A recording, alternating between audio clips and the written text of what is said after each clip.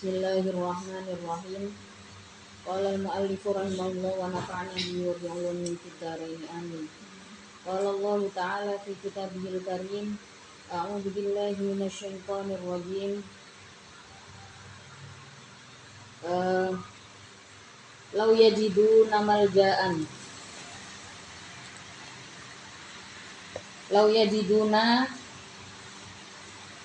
apabila menemukan siapa alladzina la yu'minun. Lau yajiduna, apabila menemukan siapa alladzina la yu'minun, malja'an pada pengungsian, pada tempat mengungsi. Malja'an pada tempat mengungsi, yalja'u maka akan mengungsi siapa alladzina la yu'minun ilaihi terhadap malja' au magharatin atau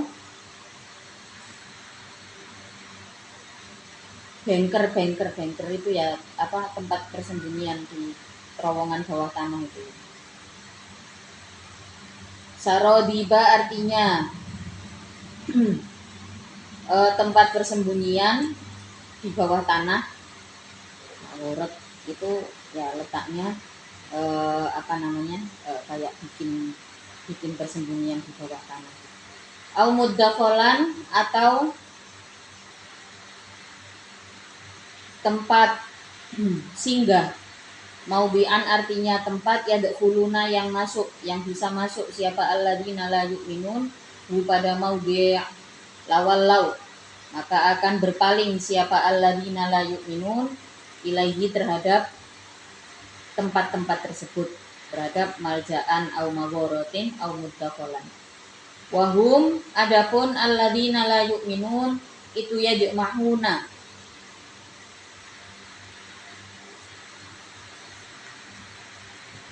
bergegas siapa alladzina la yu'minun, yasra'una artinya tergesa-gesa siapa alladzina la yu'minun fi dukhulihi di dalam memasuki malja, wal insyirafi dan di dalam berpaling, angkum darimu, isra'an secara cepat-cepat.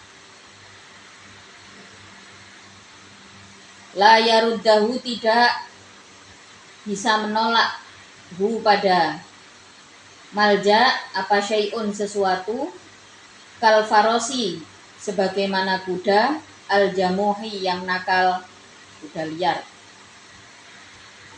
Maksud daripada ayat ini adalah tentang orang-orang yang menolak untuk turut serta di dalam perjuangan Rasulullah. Orang-orang yang menolak untuk berjuang.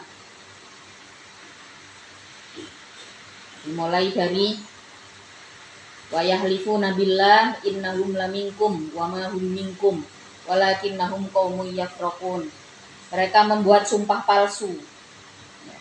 Mereka membuat sumpah palsu dengan mengatakan innahum laminkum, sungguh mereka atau orang-orang kelompok yang menolak berjuang ini adalah bagian dari kalian, padahal tidak demikian. Walakinnahum qaumun yafraqun, akan tetapi mereka adalah orang-orang yang memisahkan diri. Yafraqun di sini dari kata faraqo, tapi disebutkan oleh mufassir yakhafuna. Jadi mereka memisahkan diri karena rasa takut. Jadi yafraqun yang tadinya memiliki arti memisahkan diri, kenapa jadi yakhafun? Karena disambungkan dengan ayat berikutnya. Pada ayat berikutnya dikatakan lau yajiduna malja'an, kalau toh ditemukan tempat pengungsian, tempat persembunyian. Malja itu tempat pengungsian, maghorot itu adalah tempat tempat persembunyian di bawah tanah. Ya, muddakholan itu adalah tempat persinggahan. Kalau mereka bertemu dengan tempat-tempat itu, pasti akan milih untuk bersembunyi di situ. Lawallau ilaihi wahum yajma'un. Mereka akan memilih untuk cepat-cepat berpaling. Jadi kalau dilihat-lihat ya, di dalam Al-Quran itu penjelasan mengenai kelompok yang menolak perjuangan itu menjadi indikator satu kelompok yang disebut munafik. Ya kan, ciri-cirinya kan jelas, mereka bilang mereka adalah kelompok orang-orang yang beriman, padahal tidak. Terus karakter-karakternya kalau kita mempelajari dari karakter yang ada di dalam Al-Quran, terutama mengenai jihad ya, itu seringkali disebutkan karakternya adalah karakter pengecut, jelas pengecut gitu. Kalau pas gampang gitu ya, kalau pas situasi orang-orang mukmin itu longgar, bolo. Oh iya, saya ini termasuk kelompok kalian begitu. Tapi nanti giliran ada saatnya orang-orang mukmin ini berjuang, mereka banyak alasan. Bahkan pada ayat ini dikatakan kalau mereka bertemu bisa menemukan tempat persembunyian yang aman dari perang. Jadi di kelompok mukmin mereka bilang teman tapi nggak mau bantu gitu ya. Terus di kelompok musuh juga sama begitu. Intinya pengennya bersembunyi. Ini kan karakter pengecut. Jadi sebenarnya karakter utama kaum munafikun atau orang-orang yang enggan ikut berjuang ini ya itu tadi ya. Jelas enggan ikut berjuang itu apa? Dasarnya adalah karena dia pengecut. Kemudian ucapannya tidak sesuai dengan isi hatinya, pembohong. Jadi di kelompok sana dia berbohong, di kelompok sini berbohong. Ya. Terus kalau diajak berjuang lebih itu nggak mau. Nah, jadi sifat munafikun itu diantaranya ya pengecut itu. Nah, kadang-kadang pengecut itu juga ada ini di dalam diri kita. Kalau misalkan itu terlalu sering, maka kita perlu evaluasi gitu. Kok saya banyak takutnya? Nah, ketika kita menjadi orang yang merasa banyak takutnya, berarti perlu evaluasi diri. Kenapa kita takut? Apa yang kita takutkan? Bahkan pada ayat yang kemarin kan dijelaskan ya, mengenai seseorang yang pamit kepada Rasulullah nggak ikut berjuang ya karena takut nanti tergoda dengan perempuan-perempuan Romawi gitu ya. Kata Allah, jangan percaya. Mereka itu bukan takut terfitnah. Sejak awal mereka sudah terfitnah oleh pikirannya sendiri. Buktinya apa? Menghindari ajakan Rasulullah dengan alasan takut kepencut sama perempuan Romawi. Tujuan utamanya itu sebenarnya bukan kok takut kepencut ya. Tujuan utamanya bukan kok dia itu takut terfitnah. Tapi tujuan utamanya adalah menolak ajakan Rasulullah untuk berjihad. Menolak ajakan Rasulullah untuk berjuang. Jadi sifat pengecut itu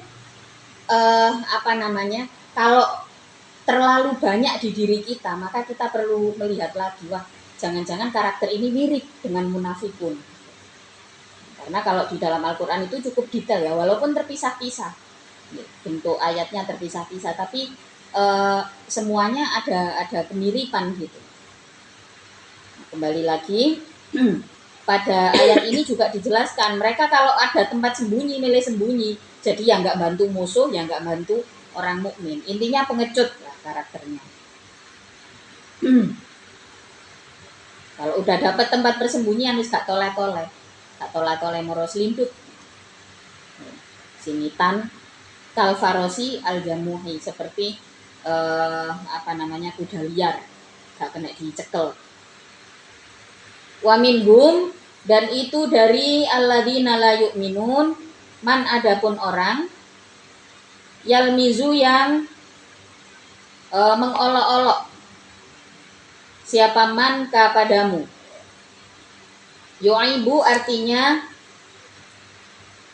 mencela kepadamu fi kismis shadaqati, di dalam pembagian sedekah-sedekah. Di dalam pembagian sedekah-sedekah, fa'in u'tu, maka apabila diberi siapa man, fa'in u'tu, maka apabila diberi siapa man, minha dari as-shadaqat, rodu, maka ridho siapa man, wa illam yu'tu, dan apabila tidak diberi siapa man, minha dari as-shadaqat, idahum, dalam keadaan adapun man, itu yaskhotuna, ngomel-ngomel siapa man. Jadi karakternya lagi kalau pas ada pembagian harta, entah dalam bentuk sedekah entah dalam bentuk zakat. Di sini yang disebutkan adalah as-shadaqat. Jadi ini kaitannya apa? Dengan pembagian harta rampasan perang. Di antara mereka ada orang-orang yang suka mencela ya. Suka mencela di dalam sedekah. Kalau dikasih ya mereka senang gitu. Tapi kalau misalkan kurang, jadi nggak melulu tentang nggak kebagian ya. Kalau misalkan kurang, itu mereka akan ngomel. Nah ini karakternya. Jadi kalau dikasih itu bangga. Dan itu fenomena yang terjadi sekarang gitu. Mungkin sudah lama juga. Dulu itu Abi itu resah gitu ya. Kalau lihat anak-anak kiai ya, yang sekarang itu kan lagi naik namanya tapi juga jelek. Sekarang yang namanya gus-gusan itu sedang jelek-jeleknya namanya. Gus ini, gus itu, kasusnya ini, kasusnya itu, sini. Untung aku mending duduk gus. Jadi gus-gusan itu sekarang bermunculan. Nggak jelas anaknya siapa. Nih. Bahkan ilmu, sanad ilmunya dari mana, itu juga nggak jelas. Nah dulu itu Abi sering dawuh soal itu. Kenapa anak-anak kiai itu lebih bangga ketika dikasih, ketika dia bisa meminta dan dikasih gitu.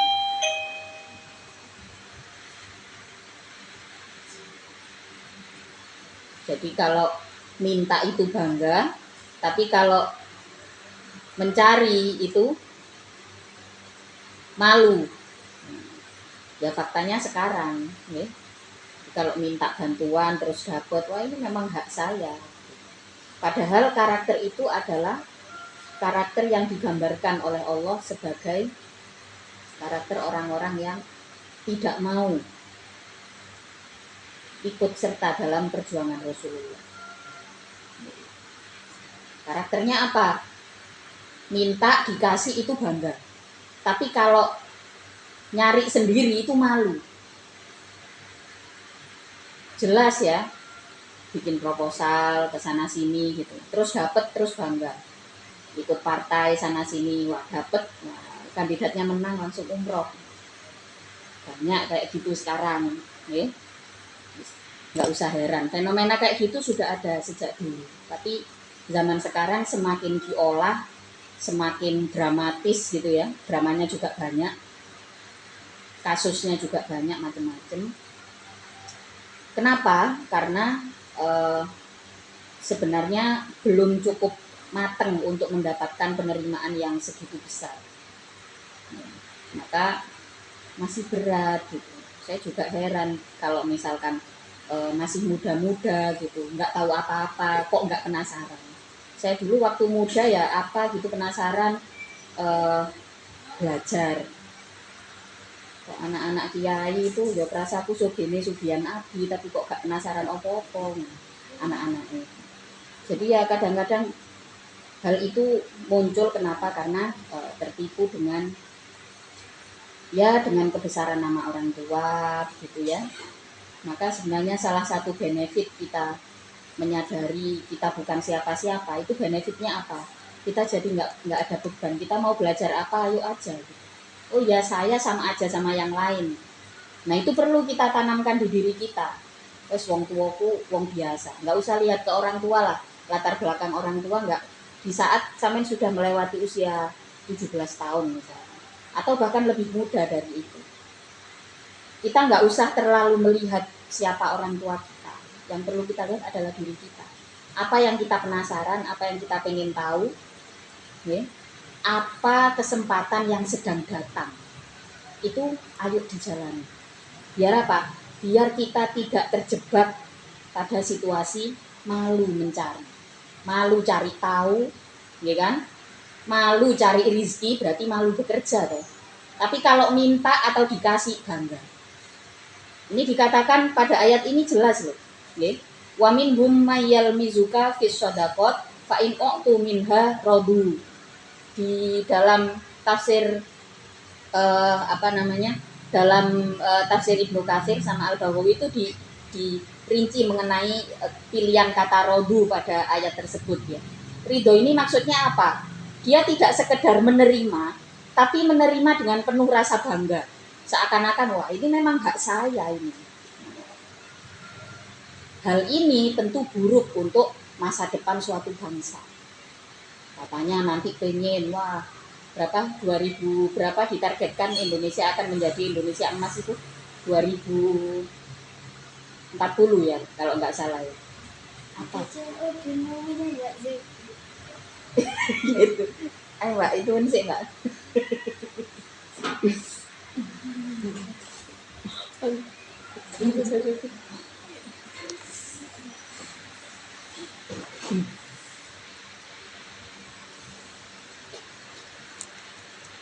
Jadi kembali lagi, selagi masih muda jangan gampang-gampang mengharapkan dikasih. Kalau dikasih mestinya kita malu.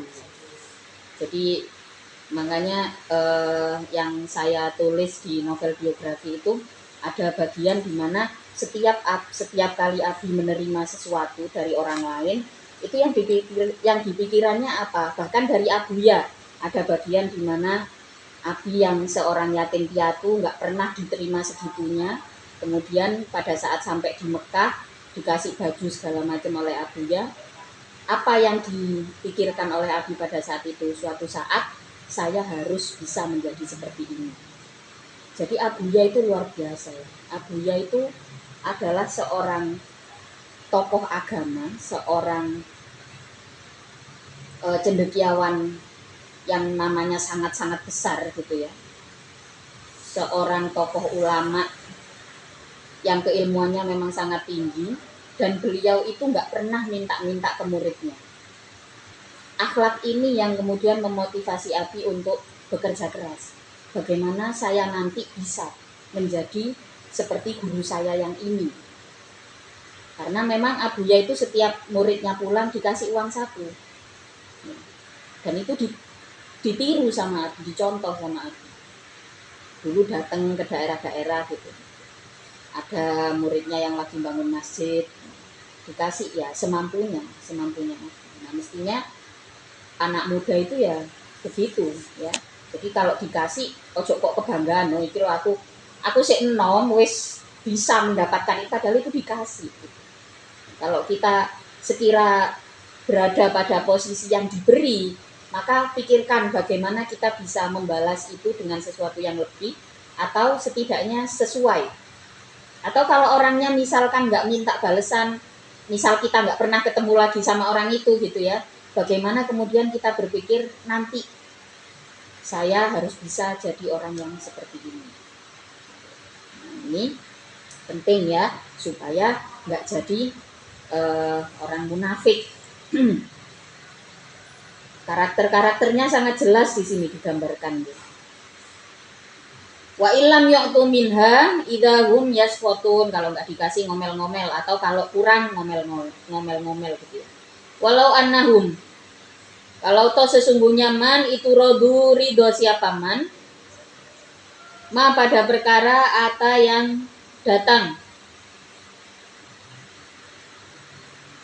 ata yang memberi gitu ya, hum pada man siapa Allahu Allah wa rasuluhu dan utusan Allah, minal gona ini nyatanya dari harta-harta jarahan, harta rampasan perang, wanah wiha dan sesamanya gonaim. Waqalu dan berkata siapa man hasbuna adapun yang mencukupi kami, kafina artinya yang mencukupi kami itu Allahu Allah. Kemudian kelanjutan ayatnya ini walau annahum raduna atahumullahu wa rasuluh, ini adalah harusnya mereka nggak marah-marah kalau nggak dikasih gitu. Tapi harusnya mereka mengucapkan kalimat ini gitu. Sayu'tina maka akan memberikan, sayu'tina maka akan memberikan pada kami siapa Allahu Allah min fadlihi dari anugerah Allah, wa rasulihi dan dari anugerah utusan Allah. min ghanimatin nyatanya dari harta rampasan, ukhra yang lain, ma pada perkara yakfi yang akan mencukupi, nah pada kami. Mestinya kalau nggak dapet ya, kalau nggak dapet baiknya yang diucapkan ya kalimat ini. Kalau orang yang beriman pasti yang diucapkan kalimat ini, walau annahum radu ma atahumullahu wa rasuluh wa qalu hasbunallah, yang diucapkan adalah hasbunallah. Sayu'tinallahu min fadli. Hasbunallah artinya kalau misalkan kita nggak dapat, maka Allah yang akan mencukupi. Maka Allah yang akan mencukupi kami dan akan datang anugerah Allah yang lain. Jadi istilahnya apa ya, orang itu kalau beriman itu punya optimisme yang baik. Kalau kualitas iman kita itu baik, ya, dipupuk terus setiap hari dengan ilmu pengetahuan. Jadi kesibukan kita tolabul ilmi itu adalah untuk memupuk kedewasaan iman supaya keimanan kita juga bertumbuh gitu ya. Nah, kalau keimanan kita baik, ya, maka kita akan punya optimisme yang baik. Nah, kalau punya optimisme yang baik, misalkan kita punya cita-cita tinggi nih, kita punya himmah aliyah, punya determinasi yang cukup tinggi. Kita selalu optimis setiap hari. Misalkan tidak tercapai di seumur hidup kita, mungkin nanti akan tercapai di anak-anak. Nah, ini hebatnya orang yang beriman. Jadi kadang-kadang apa yang kita capai hari ini kemungkinan juga ini harapan orang tua sebenarnya. Orang tuanya dulu kepingin tapi belum keturutan begitu ya. Terus akhirnya tercapai di anaknya. Tapi juga oh berarti boleh ya, misalkan kan kalau parenting sekarang kan katanya nggak boleh. Jangan membebani anak dengan impian orang tua. Nah, itu benar apa salah? Bisa benar, bisa salah. Tergantung komunikasinya. Karena faktanya apa? Saya melihat ya, kadang-kadang kesuksesan seorang anak itu karena ada komunikasi dari orang tua, komunikasi keinginan orang tua. Nak, saya pengen dulu, bapakmu atau ibumu ini pengen begini loh. Tapi nggak keturutan, siapa tahu nanti kamu bisa. Jadi kadang-kadang tergantung komunikasinya. Bisa jadi salah kalau misalkan komunikasinya salah. Ini justru akan membebani anak. Jadi anak itu entah dia punya cita-cita sendiri atau mewujudkan cita-cita orang tua, dua-duanya sama benarnya. Yang salah itu adalah ketika seseorang tidak lagi punya optimisme, tidak lagi punya keyakinan untuk masa depannya, nggak ada himmah aliyah, nggak ada determinasi. Pokoknya kalau tidak mendapatkan apa yang orang lain dapat, iri. Nah, ini yang salah. Kalau seseorang punya iman yang baik, ya, maka tidak begitu sikapnya. Di sini dikatakan kalau orang itu baik gitu ya, pasti ucapannya adalah hasbunallah. Allah akan mencukupiku. Sayu'tinallahu min fadli, di situ ada sin, ya, yang bertemu dengan fi'il mudhari'. Sayu'tina. Berfaedah faedahnya di situ adalah menguatkan makna istiqbal dari fi'il mudhari'. Jadi kan yu'tina itu fi'il mudhari' ya. Kemudian makna istiqbalnya, makna masa depannya itu dikuatkan oleh sin. Yang mana artinya di sini kalau nggak dapat hari ini, berarti masih optimis di kesempatan yang lain akan dapat. Nah, melihat pada ayat ini, apa yang bisa kita pelajari, yang bisa kita ambil adalah mengenai optimisme. Bahwa anugerah Allah itu luas. Bisa jadi kita dilewatkan dengan kesempatan hari ini karena mungkin kita tidak butuh hari ini. Karena mungkin kalau kita dapatnya hari ini akan membahayakan kita. Atau di sini Allah ingin melatih kesabaran kita, melatih ketahanan iman kita. Karena anugerah Allah itu luas, jadi perlu kita terus optimis setiap hari. Inna sesungguhnya kami ilallahi terhadap Allah itu rawibuna, orang-orang yang berharap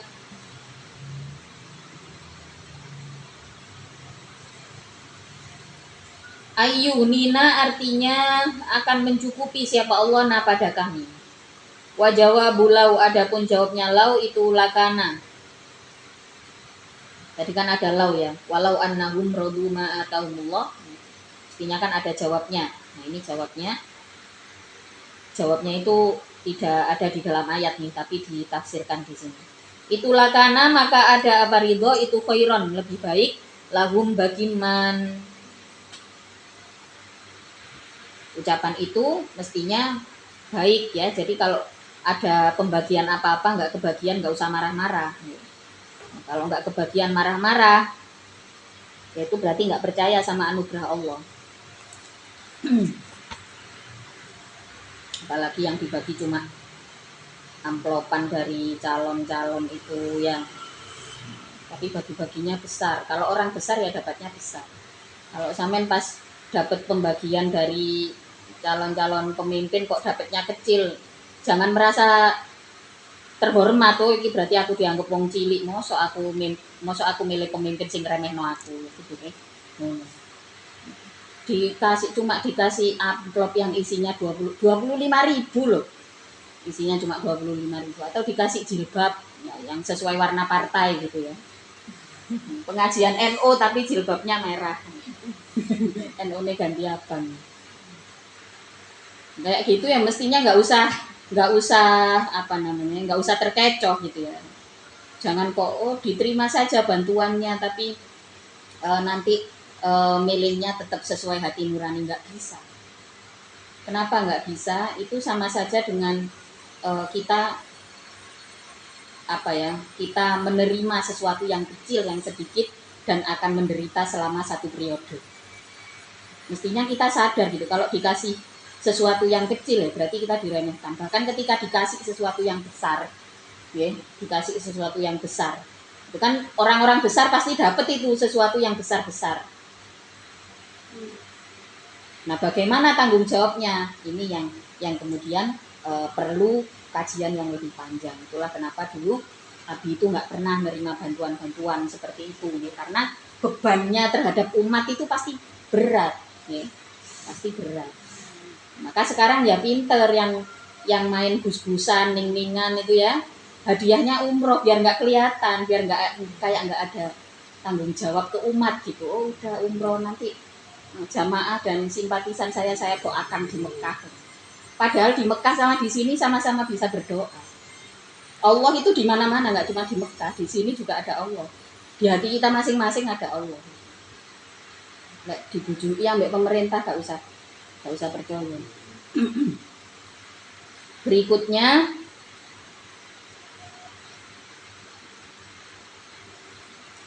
lakana khairul lahum innamas shadaqatu, sesungguhnya adapun sedekah-sedekah az-zakawatu artinya zakat-zakat itu masrufatun diberikan lil fuqara'i bagi orang-orang fakir, alladzina yaitu orang-orang la yajiduna yang tidak menemukan siapa alladzin ma pada perkara yaqau yang terjadi mauqian pada satu kejadian min kifayatihim dari kecukupannya alladzin. Artinya apa? Fuqara. Ya, ini kategorinya fuqara adalah apa yang didapatkan itu tidak mencukupi untuk sehari-hari. Nah, itu maka berhak mendapatkan zakat. Wal masakini dan orang-orang miskin, disendirikan fuqara sendiri, masakin sendiri. Kalau masakin siapa? Alladzina yaitu orang-orang la yajiduna yang tidak menemukan siapa alladzin ma pada perkara yakfi yang mencukupi him pada masakin. Jadi kalau fuqara itu ada tapi nggak cukup gitu ya. Tapi kalau masakin lebih parah, masakin itu benar-benar nggak punya apa-apa. Nggak punya apa-apa. Nah ini yang berhak mendapatkan sedekah, yang berhak mendapatkan zakat. Nggak ada sama nggak butuh itu beda. Okay? Maka kalau orang bilang ngapain orang sekarang itu kaya-kayaan gitu ya, padahal Rasulullah itu dulu miskin. Miskinnya Rasulullah itu bukan karena miskin, tapi karena Rasulullah miskin. Kalau kata Abu Abbas ya, waktu ikut pengajian beliau di Makkah itu, beliau menyebutkan gaya miskinnya Rasulullah itu adalah gaya yang beliau pilih. Sebenarnya itu adalah satu bentuk pola hidup yang diterapkan oleh Rasulullah sendiri supaya lebih simpel, nggak banyak keputusan sehari-hari yang diambil karena Rasulullah memimpin umat yang segitu banyak. Jadi miskinnya bukan miskin kurang seperti yang disebutkan di dalam Al-Quran. Rasulullah setiap hari selalu memberi, berarti Rasulullah itu kaya. Selalu ada yang dicukupi orang lain ya, termasuk sahabat Ahlus Suffah, para sahabat yang sibuk dengan belajar, ya, mereka tidak sempat atau tidak sanggup mengikuti kegiatan ekonomi. Jadi ada Ahlus Suffah itu tinggalnya di pinggiran Masjid Nabawi. Termasuk di antara Ahlus Suffah itu ada banyak nih. Salah satunya adalah Abu Hurairah, kayak terus Salman Al Farisi itu termasuk dari Ahlus Suffah. Makanya ikut siapa? Ikut Rasulullah. Lah, orang bisa ngasih makan keluarga, bisa ngasih makan banyak orang, bisa ngasih pekerjaan, apa iya Rasulullah itu patut disebut miskin? Nah, kan nggak cocok. Jadi Rasulullah miskin itu adalah akal-akalan orang yang menciptakan isu baru biar orang-orang Islam itu nggak semangat kerja. Wes aku tak gembel aja cek koyok Rasulullah. Rasulullah isin gue umat koyok kaum. Jadi itu akal-akalan yang dibuat, isu-isu baru yang dibuat. Tidak melihat secara detail apa yang dilakukan oleh Rasulullah. Bahkan Rasulullah datang ke Yathrib itu beli tanah untuk dijadikan rumah dan masjid. Begitu pula dengan para sahabat Muhajirin yang datang ke situ, mereka bawa potensi. Oh, sahabat Ansor ini adalah orang-orang yang potensial untuk bertani karena memang Yathrib atau kota Madinah itu lebih subur daripada kota Makkah. Ada lagi Taif gitu ya. Di Makkah, di Saudi itu ada banyak kota dan macam-macam cuacanya. Maka sekarang tuh ya saya heran gitu kalau ada orang misalkan ini mereka yang sudah lama tinggal di Saudi terus upload lah di Instagram itu kotanya yang dingin kayak di di Saudi itu ada Taif, selain Taif apa saya lupa namanya, itu sebutannya Swiss in Middle East. Jadi itu suasananya kayak di mana? Suasananya seperti di Swiss tapi itu di Timur Tengah, itu di kota Makkah gitu. Dan itu sejak zaman Rasulullah sudah ada kota-kota itu gitu. Terus orang-orang yang komen karena nggak tahu ya, mereka bilang, wah ini tanda hari akhir, ini tanda akhir zaman, Saudi jadi subur gitu ya, kota Makkah menjadi hijau, padahal enggak, itu sudah ada dari zaman Rasulullah. Namanya Rasulullah lahir, itu berarti sudah tanda hari akhir. Enggak mungkin jadi semakin awal gitu ya. Berikutnya, wal amilina, dan orang-orang yang menjadi amil alaiha atas as-sodakot, ayus-sodakoti artinya sedekah-sedekah, min ayus-sodakotiman artinya sedekahnya orang-orang jaba yang mengurusi, yang menjadi penanggung jawab gitu ya, menjadi penanggung jawab sedekah, wakosimin dan orang yang membagi, wakatibin dan orang yang mencatat, wahasyirin dan orang yang mengumpulkan. Jadi amil zakat itu wajib mendapatkan zakat, berhak mendapatkan zakat. Wal mu'allafati, dan orang-orang yang ditundukkan, apa qulubuhum, hatinya, al mu'allafah, liyuslimu, supaya masuk Islam siapa, al mu'allafah, au yusbitu, atau supaya menetap apa islamuhum, Islamnya al mu'allafah. Jadi orang yang baru masuk Islam, orang mu'allaf itu berhak mendapatkan sedekah dan zakat. Dan ini diterapkan kalau di Brunei itu benar-benar sepenuhnya diterapkan ya. Jadi kalau ada orang yang masuk Islam, bimbingan agamanya itu di satu hotel begitu ya, diberikan semuanya, dikasih semuanya. Hotel bintang 5 yang di situ si mu'alaf ini dapat bimbingan agama secara penuh, bahkan cara mereka bekerja nanti diubah gitu. Maka lulus dari tempat itu ya sudah dengan hati yang gembira. Ini sakwali nang Indonesia ya. Kalau mu'alaf itu yang mu'alafnya yang ngasih, luwe soge mu'alaf. Au yuslimu ini sopo ini? Ada yang belanja lagi dah. Coba Mbak, delok Mbak. Au yuslimu atau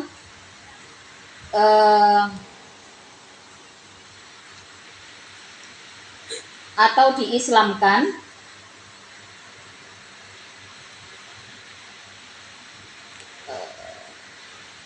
nagoro au yuslimu nagoro atau Islamnya orang-orang yang semisal mu'allafah, atau Islamnya orang-orang yang semisal mu'allafah, au yadubu atau orang-orang yang menolak al mu'allafah anil muslimina dari orang-orang muslim. Jadi yang dikasih sedekah lagi adalah mu'allaf dan juga keluarganya atau teman-temannya. Dan teman-temannya mu'allafah itu juga perlu dikasih. Aksamun adapun beberapa bagian, wal awalu adapun yang pertama, wal akhiru dan yang akhir, itulah yu'tiyani tidak diberi siapa awal wa akhir al yauma pada hari inda Syafi'i menurut Imam Syafi'i radhiyallahu taala anhu. Li'izil islami karena mulianya Islam. Bikhilafil akhirina berbeda dengan ulama-ulama terbaru, fayu'tiyani maka diberikan diberikan siapa bukan al-akhirin ya, bikhilafil akhiroini ya, bikhilafil akhiroini berbeda dengan dua imam yang lain, fayu'tiyani maka diberikan siapa akhirin alal asohi menurut kaul yang asoh, menurut kaul sahih. Wafi fakir rikobi dan di dalam memecat hamba sahaya. Ail mukatibina artinya budak mukatab. Wal ghorimina dan orang-orang yang memiliki hutang. Ahlad dini yaitu ahli agama. Inistadanu apabila berhutang siapa? Al ghorimin li ghairi maksiatin karena selain tujuan maksiat. Autabu atau bertaubat siapa al-ghorimi, termasuk penerima zakat adalah budak yang dipecat, kemudian orang-orang yang